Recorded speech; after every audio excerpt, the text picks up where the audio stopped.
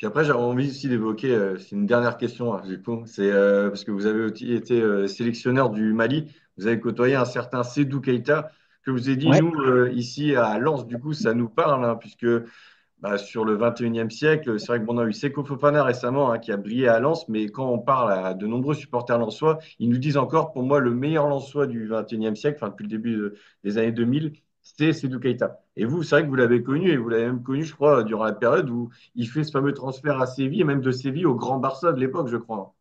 ouais, ouais, c'est doux, ça, adorable. C'est déjà super joueur, hein, son pied gauche, Ah ouais. c'est, il a une main à la place du pied gauche.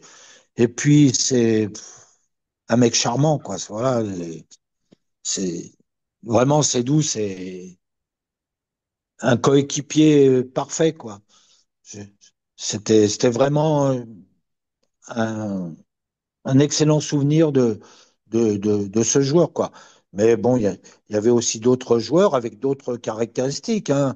Alou Diarra, qui jouait à Lyon et puis après qui est parti au Real. Donc, j'avais Momo Sissoko qui jouait à Liverpool à l'époque. Hmm. Fred Canouté, lui, il était à Qualité, Séville. ouais. Il y avait beaucoup de joueurs qui jouaient beaucoup en France, pour certains, et puis aussi dans les grands clubs étrangers, quoi. Bien sûr. Bah, et puis Mais c'est vrai que pour le continent africain et même pour le Mali, ça doit être une fierté. Sédou Keïta qui débarque dans le Grand Barça. C'est vrai qu'en Afrique, enfin, après on a eu Samuel Eto'o aussi justement au Barça, mais qui était camerounais, mais c'était un événement au Mali, hein. ouais, ouais, moi, j'ai une grande admiration pour les joueurs que j'ai eus, les joueurs africains, parce que ce qui m'étonnait toujours, c'est la manière dont ils se réadaptaient en arrivant. Parce que vous arrivez de Madrid, de Liverpool, de Barcelone, vous vous entraînez tous les jours sur des billards, vous êtes dans les meilleurs hôtels, vous voyagez dans des conditions extraordinaires. Et quand ils arrivent au Mali, ils arrivent dans un des pays les plus pauvres du monde. Le centre d'entraînement, l'herbe, elle est coupée à 15 centimètres. Le rond central, il fait 8 mètres de diamètre. Les lits, c'est des vieux lits en bois dans un centre technique qui n'a le nom de centre technique, c'est bien un grand mot. Franchement, et vous partez jouer en Sierra Leone, vous vous déshabillez sur des bancs qui sont sur la piste parce que les vestiaires sont pas ouverts.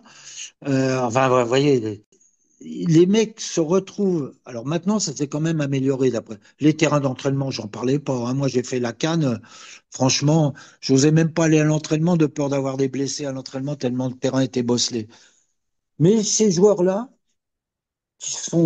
qui vivent au quotidien dans des conditions les meilleures, eh ben, ils se réadaptent tout de suite. Ils font jamais de réflexion. Franchement, je me disais toujours, mais comment ils peuvent accepter de rejouer, ou de se retrouver dans de telles conditions alors qu'ils sont habitués au meilleur, quoi, hein, finalement. Ouais, c'est ça. Bah, moi, je connais un proche donc, de Walid Regragui, l'actuel sélectionneur du Maroc. Il disait que Ouais. la CAN, c'est la plus difficile des compétitions à jouer, même beaucoup plus dure qu'une Coupe du Monde. Là, il avait fait demi-finale avec le Maroc. C'est un incroyable exploit pour ce pays. C'était contre la France, hein, justement. Et puis, bah, la CAN, non, ils n'y arrivent pas, le Maroc. Il disait que c'était très compliqué aussi, justement, que la CAN, c'est vraiment la compétition la plus dure à jouer. Oh, et puis encore plus maintenant, parce il y a beaucoup de joueurs, même les petites nations, maintenant, ils ont des joueurs qui sont expatriés dans des grands clubs à l'étranger, donc ils ont tous une expérience. Ils sont tous préparés physiquement en plus. Et puis, il y a une homogénéité maintenant, parce que, bon, il y a encore une vingtaine d'années, je pense qu'il y avait quand même certaines grandes nations, puis d'autres un peu plus faibles. Mais là, maintenant, c'est plus compact, hein, quand même, hein. Donc, ouais, ouais, et puis, il y a les conditions.